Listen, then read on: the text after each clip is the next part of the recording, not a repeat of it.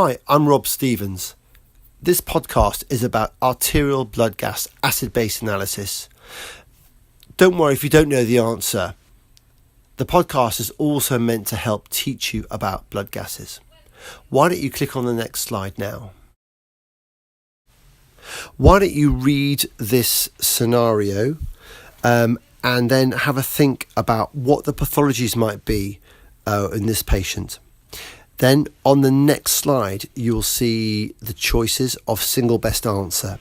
I would pause the podcast at that point and have a think about which is the most sensible answer.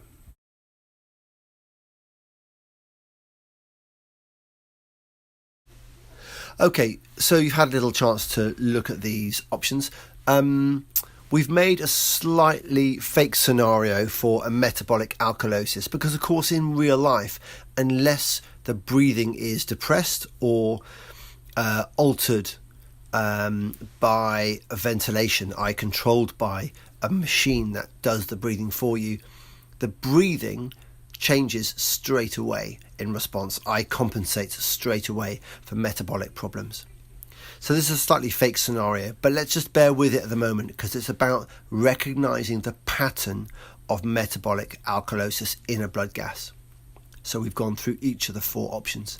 So we've said there's an uncompensated, so no respiratory change, metabolic, that will be a bicarbonate change, alkalosis. Alkalosis, raising the pH, less H+, therefore. Let's look at these options.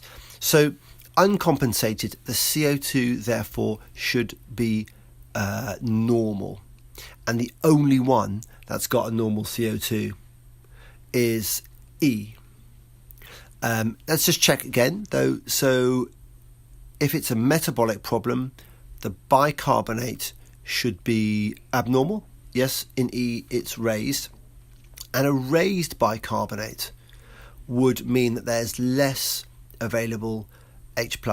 And actually, the NG tube, of course, the gastric juices have acid H+ in them. So we've been losing acid. That would raise the pH. Again, in terms of recognizing the pattern, a metabolic alkalosis is raised bicarbonate and, of course, a raised pH. If it's uncompensated, the CO2 will be unchanged.